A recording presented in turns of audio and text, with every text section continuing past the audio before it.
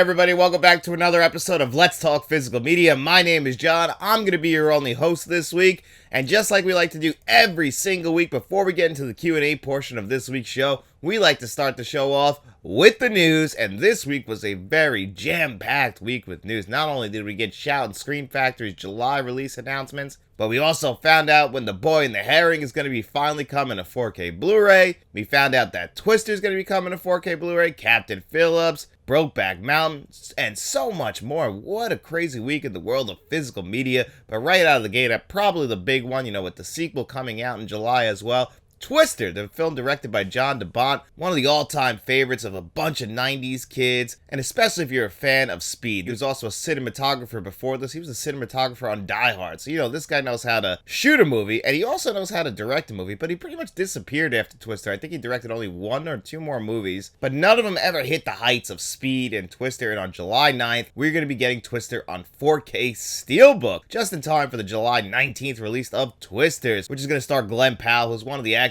really on the rise right now, so I'm really looking forward to that. The original Twister's a classic, though. That's always the movie I think of when I think of Bill Paxton, despite the fact I'm a huge James Cameron fan.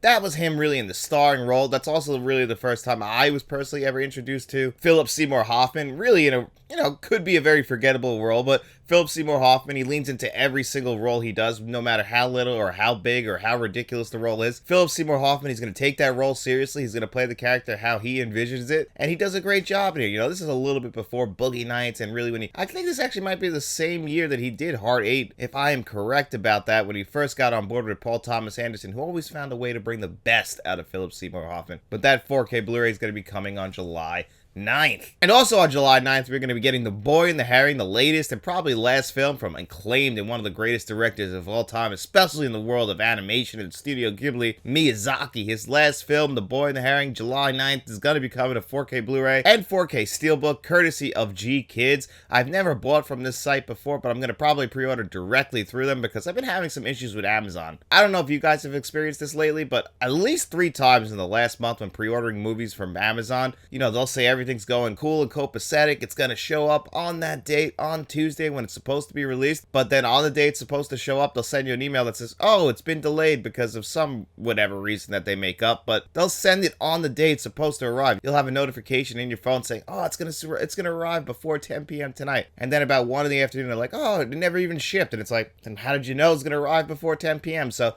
I've kind of shifted off of pre-ordering stuff through Amazon, and it kind of started buying directly from the source or using the Atomic Movie Store or Diabolic DVD. One of the mom and pop stores, they're going to give it a lot more care. And when they get it in, they ship it out to you. It's not like Amazon who ships it on the day of. I guess they're trying to follow street dates, or they just don't know any better because, physical media is just one aspect of the many things that Amazon does, so it doesn't get taken as seriously. So if you could buy from a mom and pop shop like the Atomic Movie Store or Diabolic DVD, you'll probably get it even sooner. And when they get it in, that's when they ship it out. Whereas Amazon, they don't really know exactly what they're reporting to us, and it's getting really, really frustrating. I'm getting tired of pre-ordering stuff and it not shipping on the pre-order date. I mean, I pre-ordered the Oceans trilogy the day it was up for pre-order, and it didn't even ship on the day it was supposed to come out. Supposedly it'll be here Tuesday. Looking forward to getting that review out to you guys, so keep an eye out for that one. But The Boy and the Herring, I'm probably going to pre-order right through this G Kids website, so if you guys have used that site before, let me know. I'm very much looking forward to it. I thought this was actually going to get a Shout and Scream Factory release, and it's funny because they announced it, I'm pretty sure, on the exact same day that Shout and Scream Factory announced their July 2024 announcements. So I got a little bit confused because I was at work at the time, and I was like, oh, okay. They just gave it its own release. And then I saw, oh, G Kids. Okay. Makes a little bit of sense. I mean, Shout Factory has had a relationship with Miyazaki and Studio Ghibli in the past, and honestly, the Steelbook looks like a previously released Studio Ghibli Steelbook, so I was a little bit thrown off. But once I worked it out, G Kids is going to be doing that one. And then what does Shout and Scream Factory release in July? Well, actually, quite a bit. Dark Angels coming to 4K Blu-ray. This one stars Dolph Lundgren. I know this is a favorite of a lot of people who are probably really looking forward to this one. And, I've only seen it one time, and I thought it was forgettable, to be honest. But hey, 4K, maybe I'll check it out. Red Sonja Collector's Editions. Who's That Girl is going to be coming on July 2nd. And here's what I'm really excited for. I grew up with VH1 Classic. Well, I mean, didn't grow up, but like in my late teen years, we had cable, we had VH1 Classic, and a movie that they always played was UHF. and that is going to be getting a 4K Blu-ray release. If you're a big Weird Al Yankovic fan, I am. You guys saw me review Weird, which was also released by Shout Factory last year with a really good 4K Blu-ray that I definitely recommend you guys check out. It's a really good film, but it's not a really straightforward biopic. It's a biopic done by Weird Al Yankovic, so you can imagine exactly how that's going to turn out. The king of parody, the king of spoof,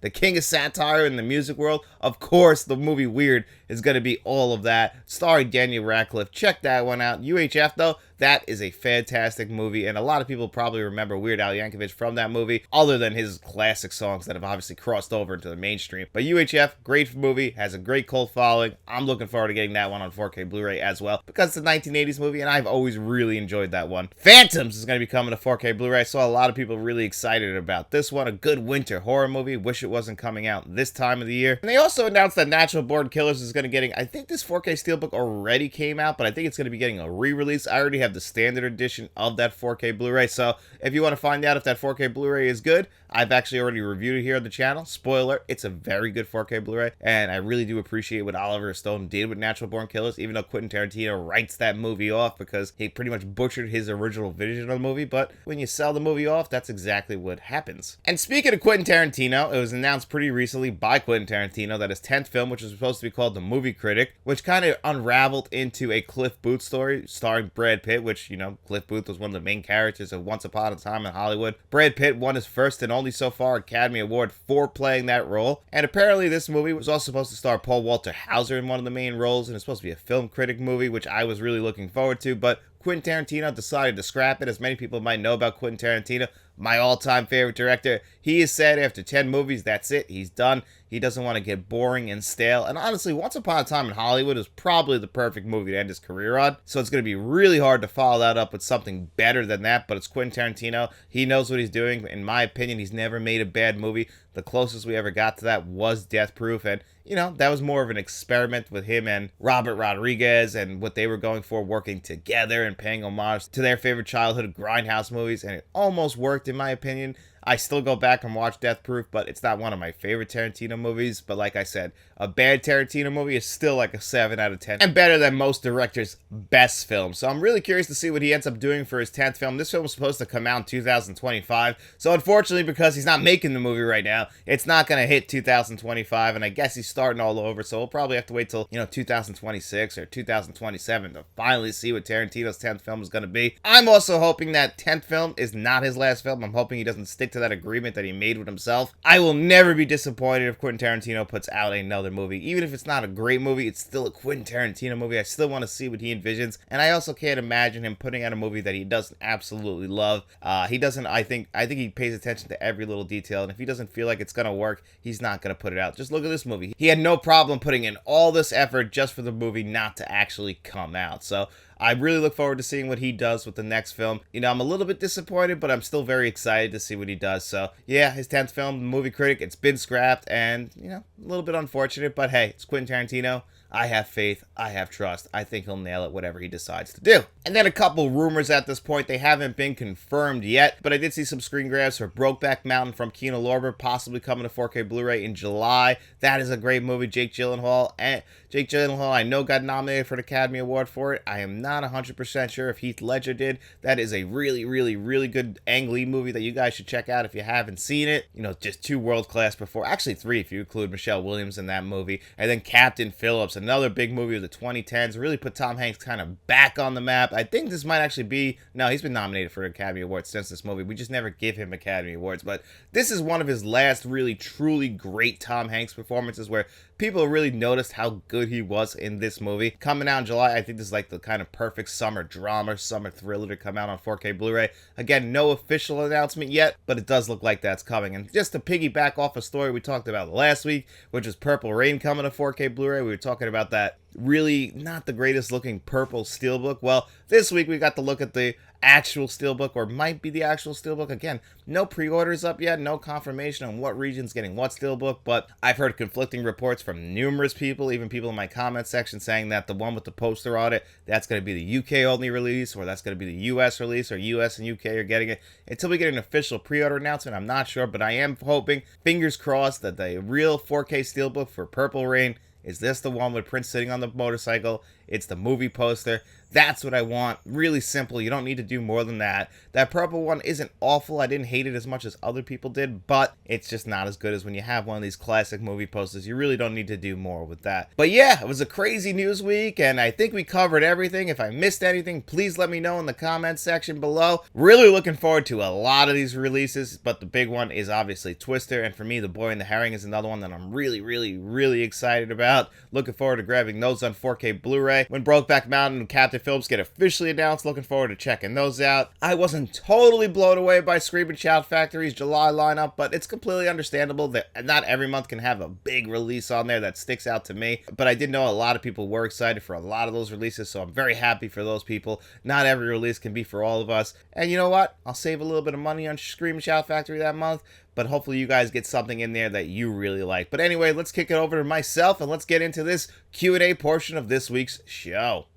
I actually forgot one bit of piece of news before we get into the Q&A portion of this week's show. It just got announced, and that's the Conversation, the 1974 Francis Ford Coppola film. Came out the same year as The Godfather Part 2, if you can believe that. He was pulling Steven Spielberg stuff before Steven Spielberg. That movie is going to be coming to 4K Blu-ray, courtesy of Studio Canal, in July as well. Really looking forward to that beautiful collector's edition as well. And what that means, you know, Studio Canal, it's going to be a UK release. You can import it because it's a 4K Blu-ray if you live in any other region. But more than likely, a lot like what Studio Canal and Criterion do, they kind of team up a lot. And what we get is a release from the Criterion Collection using that Studio Canal scan. They might even co-fund it sometimes. And I believe that eventually the Conversation will come to the Criterion Collection here in the United States if you can't wait for it. More than likely, though, because that might take a long time or it might not even come. We'll never get that confirmation till we get the official announcement from the Criterion Collection. So what I'm going to do is, because this is a beautiful collector's edition, my God, and I only just peeked at it, is I'm going to grab that 4K Blu-ray from Studio Canal, because I think The Conversation is a very underrated Gene Hackman movie, and of course it's a very underrated Francis Ford Coppola movie, because it's going to live in the shadow of The Godfather and The Godfather Part 2, and of course even Apocalypse Now. It's really the forgotten classic of Francis Ford Coppola of the 1970s, and I mean, it's a great movie that still, to this very day, stands up, especially what they're talking about in the movie. And I mean, I just love Gene Hackman. I can go on and on about The Conversation, but we're going to be getting a 50th anniversary edition. Looking forward to grabbing that. I have pretty much every other Francis Ford Coppola movie that has been released on 4K Blu-ray. We also saw that his movie Megalopolis, which he pretty much gambled all of his money, sold his winery on, is going to be coming this fall for us to check out. Can't remember what the studio was that picked that one up. I know a lot of major studios were really hesitant, felt like it was too experimental, but I mean, it's Francis Ford Coppola. All you got to do is just say it's a Francis Ford Coppola movie, and I think people will come out, but I don't know. I don't know what people want in the film industry anymore, so it's really hard to read. I think Francis Ford Coppola is enough to sell a movie.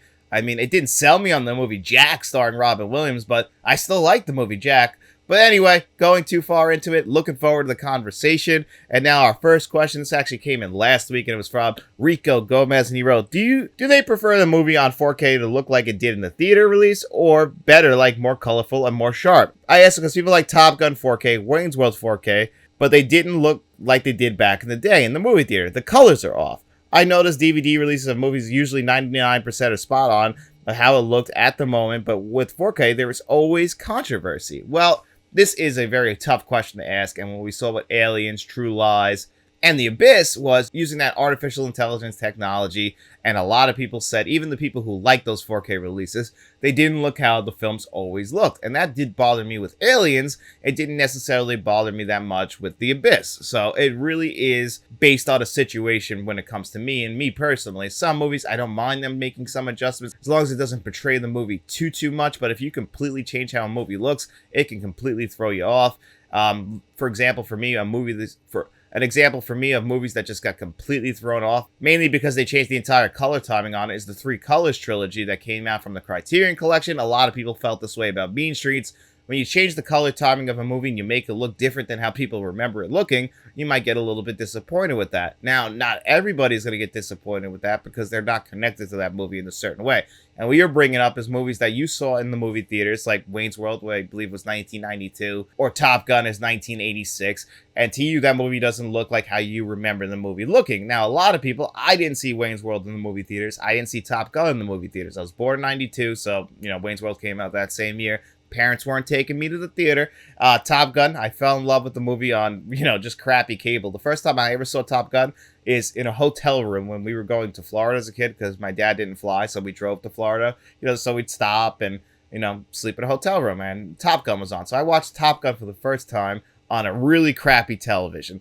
And then, from that point on, loved the movie, of course. So then I would watch it on cable, VHS, DVD. So it's always gotten better for me. And I just assumed that how it looks on 4K Blu-ray, which I think is a great looking 4K Blu-ray, is how the film looked when you take it from the original camera negative. And even when you saw it in theaters back in '86, you never know what that projector was like. That might have not had the right timing on everything. Who the hell knows? You never really know for sure. If they say that this is how the movies look now, unfortunately, when it comes to Top Gun, Tony Scott's passed away, so we don't know what his original vision necessarily is. Now, when it comes to Wayne's World, everyone's still around who was involved in the making of that movie. It's a Paramount release. It looks like other Paramount 4K Blu-ray releases, I think, on the high end. I also really like that 4K Blu-ray release. But again, I understand completely what you're saying. And what do people want?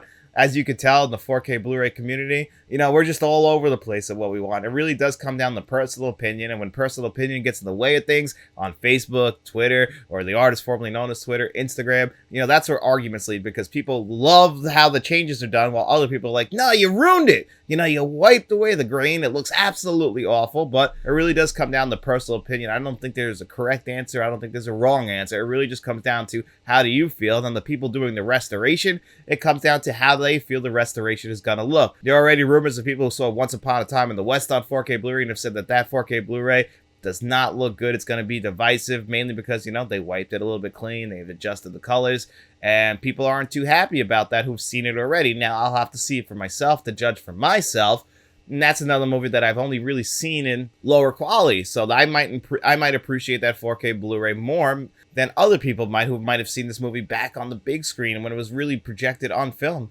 And again, that's just everyone's opinion is going to be different on these things. That's why they're very divisive. Personally, I like them to, keep a good amount of film grain, and I want them to really just take the original camera negative, kind of rescan it to 4K Blu-ray, adjust a little bit. I don't want them overly adjusting. I want these movies to still look like how they've always looked. There are certain movies that look too good, and I'm like, it's not how I always remembered it. A big one for that was True Romance. I thought that movie looked too good. The colors never popped for me with that movie. I never was drawn to the colors of True Romance. And then when the 4K Blu-ray, all the colors popped off the screen, even the winter sequences early in the movie, I was like, I don't know if I love this. Now, I've watched that 4K Blu-ray a couple times. I have now decided that's the definitive version of True Romance. Will always be watched on that 4K Steelbook from Arrow Video, but I also had some trouble adjusting to that. So I completely understand it from both sides of the aisle. I just think that me personally, if I was the one doing the transfers, and they're never going to ask me, is I'm going to want them to try and stay as loyal to how the film has always looked. If you can get the director or the director of photography involved,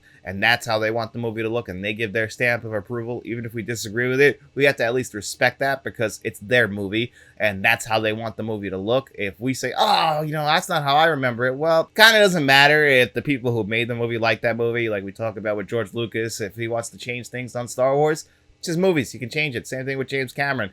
He wants to mess around with aliens all he wants. He has the right to. We just have to respect it. He made the movie. It's his movie. I mean, we might not love the decisions that are made, but hey, that's kind of how it works. If I make a movie and I own the movie, I'm going to want to make that movie the way I want to make it because it's mine. That's just kind of the way it goes, unfortunately. So that is a great question, though, Rico. I really appreciate that. And I think that is a big deal in the 4K community. What do people want? And it's a good time to ask you guys, what do you guys prefer when it comes to the 4K Blu-ray format? Do you mind when they make these big swings and it kind of changes how you view the movie? Or do you like it when they just kind of take it easy and, they leave the grain in and they just make little adjustments? I think the best of both worlds, as an example, is Major League on 4K Blu-ray.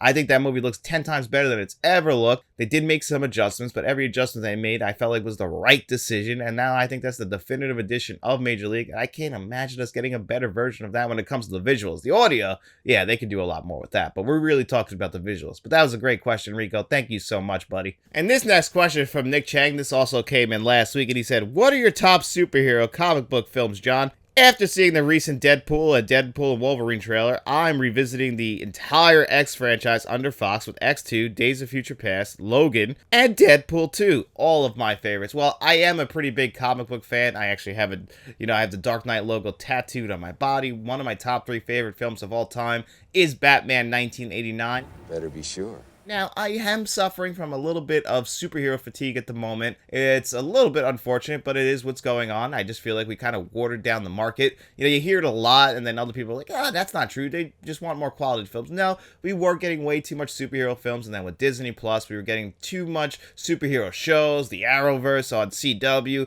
the DCEU. I mean, we were just getting worn down with, this is what Hollywood does with anything. Anything that they see making money, they're going to beat it into the ground until it's completely dead, or until eventually it kind of rises from the ashes, so we start to get more of them all over again. Hopefully Hollywood learned a lesson. 5 movies a max from the comic book genre is probably more than enough, and you don't need to water it down with TV shows. So in my opinion, that's the best way to go. 2 or 3 from Marvel, 2 or 3 from everybody else, and I think everybody will be happy, especially if you're a fan of comic book movies. And I am a fan of comic book movies. The MCU just used to feel like an event going to theaters. But what are my favorite comic book movies of all time? Well, my favorite is Batman 1989, and a lot of my favorite superhero movies will revolve around Batman, especially when it comes to DC. Not the biggest Superman guy. Really, DC is Batman to me. I've actually really enjoyed the Suicide Squad, the James Gunn version that came out a couple of years ago. That's actually one of my favorite. The Deadpool movies, both Deadpool 1 and 2, are definitely up there for me, really high on my list. Love what Ryan Reynolds did with the character. I've also really enjoyed the X-Men franchise. Logan's probably one of the best, but the original X-Men is still my favorite of the entire X-Men franchise, if you can believe that, the one from 2000. A lot of that tied up in nostalgia. I remember seeing the movie in theaters. I was a fan of the X-Men, the animated series, which just got a resurgence with X-Men 97 on Disney Plus. Even though I just knocked Disney Plus, I am very excited about that show. I love the cartoon growing up. I was never a comic book fan in the sense that I didn't read comic books, but I watched plenty of TV shows and movies at the time, and X-Men, the animated series, was one of those. So when the movie was coming to the big screen, my dad, who's not the biggest movie guy, he really wanted to see that, so we went and saw X-Men, and I was blown away just seeing these characters on the big screen. People were upset about the, the colors and everything, like, oh, they're wearing black leather. I was 8 years old in 2000. I didn't care about the black leather. In fact, I actually thought it was really cool. Didn't really take me out of it at all. So that one's still my favorite, but I also have a lot of memories when X-Men 2 was actually coming to theaters. That's one of the big summer blockbusters that really sticks out in my head. I think that was either 2003 or 2004, but I just remember that summer and X-Men 2 coming to theaters. Like, this is when comic book movies were on the rise. I mean, we just had the Spider-Man movies starting to take off. The late 90s was really hit or miss. We had Batman and Robin, but we also had Blade, so it was really like that. Whereas this point, man, we were on an upward trajectory, and then by 2008, we had Iron Man and The Dark Knight. The Dark Knight was also one of my favorites for a long time. In fact, it was my favorite for a long time, but Batman Begins is past that as my second favorite Batman movie, only behind Batman 89. So really, my favorites would still probably be those Batman films. I love the 2 Deadpool movies. I love the Suicide Squad. So you kind of get an idea of the superhero movies I love. But Blade is also one that I absolutely love. And I also really enjoy Blade 2, which is supposedly getting a 4K Blu-ray this year. Guillermo del Toro was talking about how that's getting one. Blade Trinity is also supposedly getting a 4K Blu-ray release, which I didn't like Blade Trinity. It really didn't work, and I appreciate the effort, but it's disappointing, and obviously a lot of us feel like Wesley Snipes is the perfect Blade, even though Mahershala Ali is going to be playing Blade in the new version that's coming out. Mahershala Ali is a 2-time Academy Award winner. I'm not going to complain about that. I actually think he's going to do a great job of it. It's just going to be hard for a lot of people to overlook the fact that it's not Wesley Snipes, because that is probably one of his cornerstone movies. But that is a great question, Nick. Thank you so much, buddy. And this Kevin Kruger question is, what are some of your biggest phobias, and what movie scenes bother because of these phobias? Well, my biggest phobias are flying. I am so afraid of flying, despite the fact that I always do it, so I always face that phobia. And I also really don't like spiders, or really any bugs at all. So any kind of movie revolving around bugs, that always freaks me out, or scenes around bugs. Like in the movie Phantasm, there's a scene with bugs that just gets under my skin. The entire movie of Arachnophobia freaks me the hell out, just because bugs just freak me out. I understand why we need them, but man, they get under my skin, and they can literally get under your skin. So that's another big thing about bugs. So any scene revolving bugs is always going to stick out to me. It's just something that I do not love. Scare the hell out of me. And then flying. So there's so many movies with flying. The movie Flight, Fearless, which is a great movie starring Jeff Bridges and Rosie Perez, a young Benicio del Toro. That movie is great as well. Same director of The Truman Show. But I have no problem watching. Actually, I am fascinated with flying and, plane crashes and all that stuff. I've always been very fascinated. The shows, Air Crash Investigation, like that show. I used to watch every single episode. I'm always fascinated what causes a plane to crash, because I'm just so petrified to be in a plane crash that I want to know every single aspect, to the point where I know a lot about planes, actually. So it's pretty funny. And all that just stems from the fact that I'm so afraid of flying that I've done a lot of research on flying and plane crashes, what causes it. Turns out it takes more than just one thing usually to bring down a plane. So, if you were worried about flying like myself, it is the safest way to travel, and we haven't had a plane crash in the United States since 2001, so we've been pretty fortunate, and really no major airline has crashed, so that's a breath of fresh air for people like me who are forced to fly every few years, despite the fact I'd rather keep my feet nice and safe here on the ground. I'm like John Madden, I want to be in a bus just traveling around. But that is a great question, Kevin. Thank you so much, buddy. And the next question is from Mr. Smelly Potato, and he says, rank the wrestlers turned actors: Hulk Hogan, John Cena, Dave Bautista, Dwayne Johnson, and Steve Austin. And number one, and this is surprising, I think, but I think the best actor with the best chops in here is Dave Bautista. He has proven himself in movies like Knock at the Cabin. He was also great in the beginning of Blade Runner 2049, obviously as Drax in the Guardians movies, so he could do comedy as well. He's been in the 2 Dune movies. The guy is definitely great at acting, and I really think when we give him some more roles for him to really sink his teeth into, we're going to see more of Dave Bautista and just prove that, man, he really is the best actor. And behind him, you got The Rock. You can't deny him. I don't think Rock is one of the greatest actors, but I mean, he is one of the biggest movie stars in the world. He really took the mantle from guys like Sylvester Stallone and Arnold Schwarzenegger and bringing action genre to the forefront again. But he's not as much of a box office draw, and he's a little bit more of like Teflon, where it's easy to break him down more than it is like guys like Sylvester Stallone and Arnold Schwarzenegger. He's got a lot of misses in there. In movies like Black Adam, his name is not enough to take those movies to the next height, but I absolutely love The Rock. I'm a huge wrestling fan, and The Rock is one of the greatest of all time, and seeing him back at WrestleMania 40, if he was just using that to like resurge his career, I don't mind it. Love seeing him there. Got to see Cody finish the story. WrestleMania 40 was fantastic, and The Rock being there was a big deal for people like me. Now, the next 3, I'm going to have to go John Cena at number 3. He's actually really impressed me. As long as he stays in his lane, he's not going to be the kind of guy who can act in, like, dramas. Even The Rock really can't do that. But John Cena is really, really, really, really funny. Watch shows like Peacemaker, or even this year, Ricky Stenicki. Ricky Stenicki, if you're a fan of the Farley Brothers and that over-the-top stupid comedy, Ricky Stenicki is pretty good. I actually got a lot of great laughs out of that. Again, that's kind of a dumb sense of humor, so if you can't appreciate that, you might not like that movie. But John Cena, movies like Blockers, he's actually a pretty decent actor, and, if he does comedy, I just think he's actually really good at it. And now the last 2, Stone Cold Steve Austin, I guess he's not really an actor. He did that one movie for WWE Studios, and other than that, he just kind of pops up in stuff like The Longest Yard, but that movie featured Kevin Nash and Goldberg, the Great Khali, so other wrestlers were appearing in that movie, and Stone Cold was just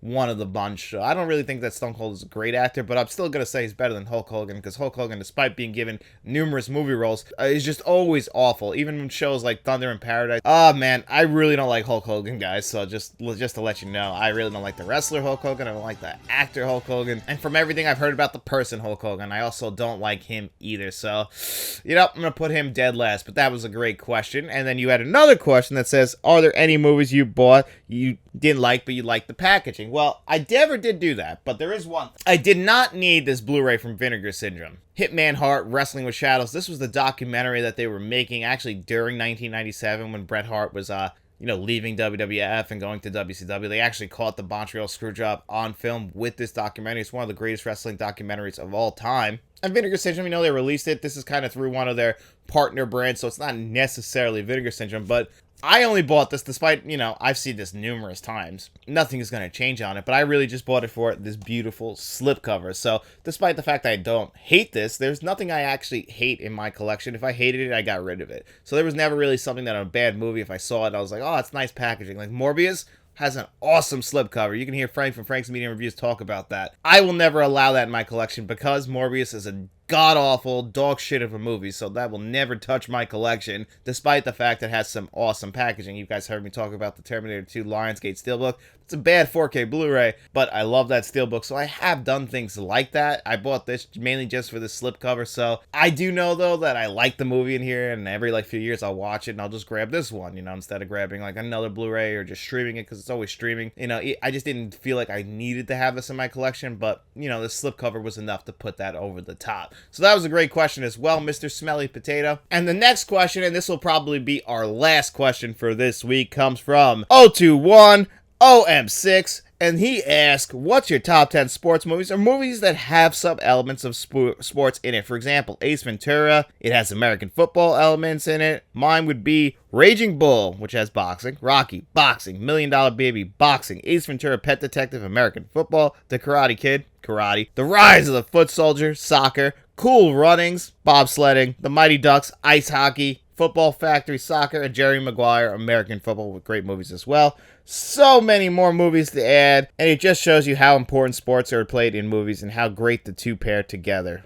when making a great movie. And I couldn't agree more. And picking a top 10 sports movies was really, really, really hard, and a lot of it comes down to taste. What do you want in a sports movie? So I think I made a good smorgasbord of sports movies, and these are just my favorite. These aren't necessarily the top 10 best sports movie. I think that list would look very different than this. This is the ones that I run back to, ones that I have a personal connection to, because one thing about sports movies or movies that have sports in it, it really can go into a bunch of different genres. It doesn't have to just be, a rags to riches kind of movie, or take a bad team and watch them win in the end. Yes, a lot of sports movies have teams overcoming the odds of winning in the end. It's a sports movie formula. You've seen it in, countless sports movies. To this very day, they will never stop with that because it feels good. At the very end of the movie, we want to send the crowd home happy. That's one thing we can definitely mimic in films that we can't necessarily, despite the fact, sometimes people argue that these sporting events are scripted. They're not scripted.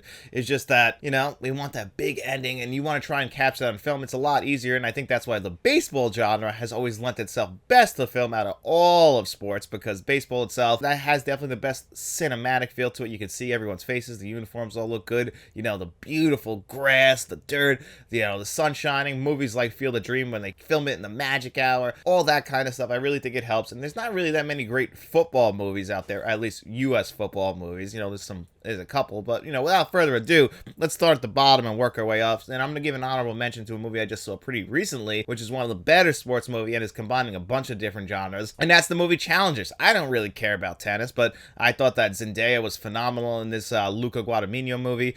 Him, Jack O'Connor, Mike Feist. I really thought that they all did. Josh O'Connor, I'm sorry. I'm always going to say Jack O'Connor. I don't know why. It just feels like his name should be Jack. But Josh O'Connor in Challengers that came out last week. Movie is phenomenal. Again, tennis, not one of my sports. Never really watched any of it. Just know some of the big names. And that movie, I cared about tennis. I think that the sporting element of that movie really does help to push that movie to be my favorite Luca Guadagnino movie. And I really did appreciate that. So if you haven't seen Challengers, that's just an honorable mention because I won't make my top 10 yet. But a movie from last year that will make my top 10 is Air, directed by Ben Affleck, starring him and Matt Damon, Chris Tucker, so many other great actors, Marlon Wayans, so many great actors appear in this movie, and it's not necessarily a sports movie, it's really more of a business movie. It's really about, one of those movies where we're following around Matt Damon, he's working at Nike, he gets an idea to take their entire basketball budget and invest it all into one person. That person's a little guy named Michael Jordan, might have heard of him, and they're gonna make the Air Jordan. So the movie's really about the shoe Air Jordan. You don't even see Michael Jordan's face, but hey, without Michael Jordan, that movie doesn't work, and that's a fantastic movie. If you haven't seen it, it's on Amazon Prime right now. It also has a Blu-ray release. And number 9 is Caddyshack, the 1980 comedy. I mean, this has some of the greatest performances in it. The whole movie, kind of feels a little bit uneven in the sense that, we're just really letting these actors act. Yes, it all takes place at this golf club, and it's about golf in a sense, but I don't ever really think about golf other than Bill Murray and the Cinderella story. But he's got a beautiful backswing. He got all of that one. But that Cinderella story, huge Bill Murray guy, is great. Chevy Chase in this movie is just so random. If you can get behind what Chevy Chase's sense of humor is, you're just going to have some laugh out loud moments. Rodney Dangerfield, this really kind of solidified Rodney Dangerfield, the actor, and, he's great in this movie. Without Caddyshack, we probably don't get movies like Back to School or Ladybugs or anything like that, and you got to give Caddyshack its flowers. And you have to pretend that Caddyshack 2 doesn't exist, except for the Kenny Loggins song, which is fantastic.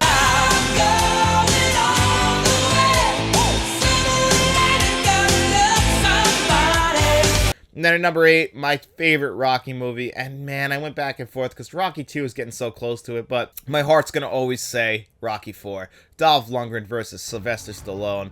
If he dies, he dies. I even like the new way that they recut the movie, taking the robot out. I just love myself some 80s montages. This is where, you know, America beat the Soviet Union. Rocky saved the day. Rocky beat communism. That's all it boils down to, is that Rocky can overcome the odds. And it's a ridiculous movie. Let's just say it what it is. But as somebody who loves ridiculous, over-the-top, cheesy 80s movies, well, Rocky 4 is right up there with the best of them, and I cannot deny my feelings, and Rocky 4 would be number 8.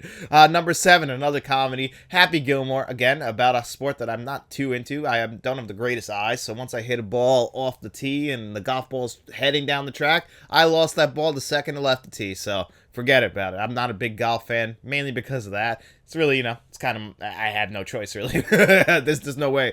But I love Happy Gilmore, this hockey player turned golfer, a real hothead. Adam Sandler is just perfect in these type of roles, and it has some great comedic moments in it that, you know, are away from golf. Ben Stiller pops in for one scene and just steals the entire movie from me, gives me the biggest laugh out loud moment. My fingers hurt. Oh, well, now your back's gonna hurt because you just pulled landscaping duty.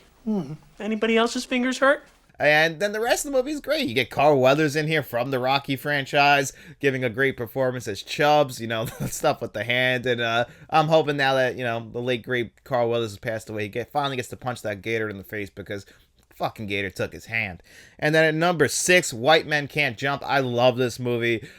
Wesley Snipes and Woody Harrelson have great chemistry. Rosie Perez, these three people all got together, I think, a few years ago at the Academy Awards, and I think Rosie Perez said that Wesley Snipes and Woody Harrelson smoked a joint and went out on stage, and she was like mad at them for doing that. I mean, Wesley Snipes and Woody Harrelson, they worked together in another movie, or maybe even 2 other movies, but nothing like White Men Can't Jump. This is one of the greatest basketball movies of all time. And, you know, basketball is just one element. You know, it's a romance movie, it's a friendship movie.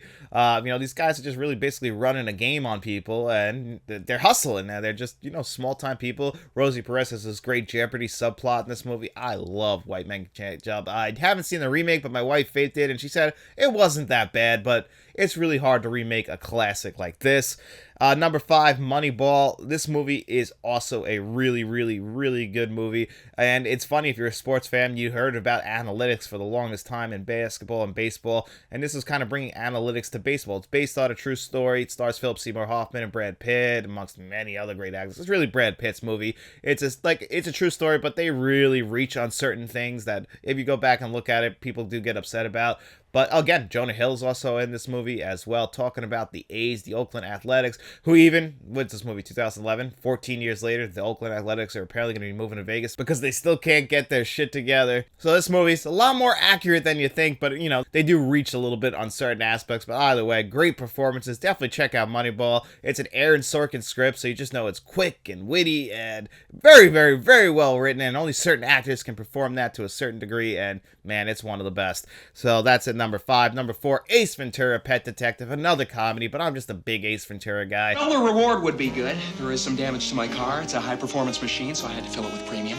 One of my favorite comedies of all time. You know, football's really in the background. It's about Miami Dolphins and their mascot, Snowflake the Dolphin. He gets stolen. We're trying to solve the mystery of who stole him. We even get Dan Marino in this movie. Dan Marino, for a lot of people, probably introduced a lot of 90s kids to him, despite the fact he's one of the greatest quarterbacks of all time. The greatest quarterback to never win a Super Bowl either. And he's funny in this movie as well. Despite the fact it's really just a Jim Carrey comedy vehicle, the sports element to it really does work. I mean, we end this movie with Ace Ventura fighting the Philadelphia Eagles mascot. Can't think of a better football movie than that. And then at number 3, this is one I'm sure a lot of people are going to think, come on, but I'm a big NASCAR fan. I'm wearing a NASCAR hat right now. I know that I live in the Northeast. Nobody likes NASCAR. I understand, but still, I'm a big NASCAR fan. Been for a very long time, and one of my favorite movies, my favorite Tom Cruise movie. I know it's not the best. I know it's not the best Tony Scott movie, but I love this movie, and the 4K Blu-ray is criminally underrated, and that's Days of Thunder. I rewatch this movie every single year. The cars to the finish line. It's Cole Trickle taking the win. right when the Daytona 500 is coming up in February, I always throw Days of Thunder on. You know, it's just Top Gun on wheels, and it really is. You know, you get a great Robert Duvall performance in there, which is awesome as well. And if you know anything about NASCAR, you kind of know what this is based on, and I appreciate the movie more for that. But then the 4K Blu-ray really just took it to the next level, and it doesn't even have a Dolby Atmos track on it, but the DTS HD 5.1 track is just amazing. And then the visuals, the racing scenes. This is Michael Rooker. This is what I think of when I think of Michael Rooker. I think of Rowdy Burns from Days of Thunder. I'll go on and on about Days of Thunder. I could be here all day, mainly because I love that movie, but it doesn't hit number one. And my top two are both baseball movies, mainly because, like I was saying at the beginning, I could have just made a whole top 10 baseball list. I think there is actually like a top 5 or top 8 on the channel of my favorite baseball movies. And I said in that video, I go back and forth at 1 and 2. What are my favorite baseball movies? Well, on this day, I'm going to put Major League at number 2, despite the fact it's one of my favorite 1980s comedies, and it has one of the best endings to any sports movie ever. You know, obviously, we got to send everyone home happy, but the cast is great. The comedy in this movie is just fantastic. Like, I just rewatched the 4K Blu-ray review for the channel not too long ago, and man, what a great 4K Blu-ray. What a transfer, and it's just an absolutely hysterical movie that I can still just laugh out loud at. So what is number 1 then? Well, it comes in the Columbia Classics Volume 1 collection. It doesn't have a solo 4K Blu-ray release yet. It's a very good 4K Blu-ray, and that movie is A League of Their Own, starring Gina Davis.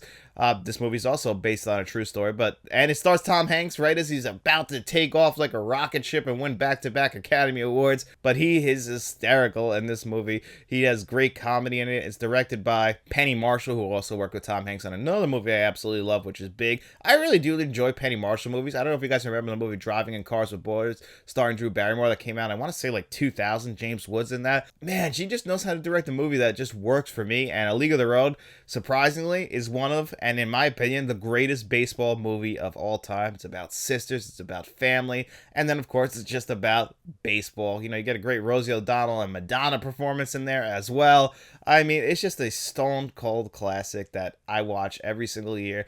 Mainly this time of the year, we're in April and May. It's about time to watch A League of Their Own, so that's why that would be number 1. That was a great question as well. Thank you so much, and thank you guys all for being here on another episode of Let's Talk Physical Media. I still have plenty of questions to answer. It's just I don't have enough time.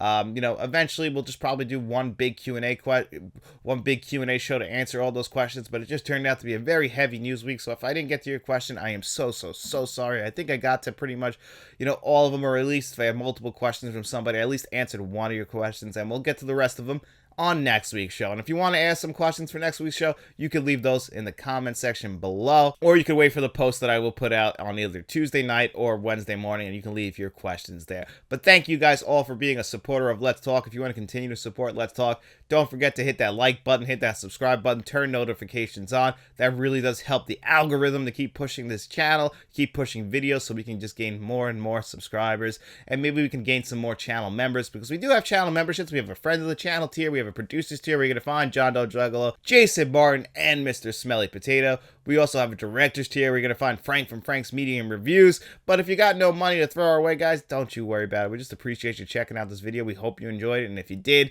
get out in those streets and tell your friends about us. And then we'll be seeing you around.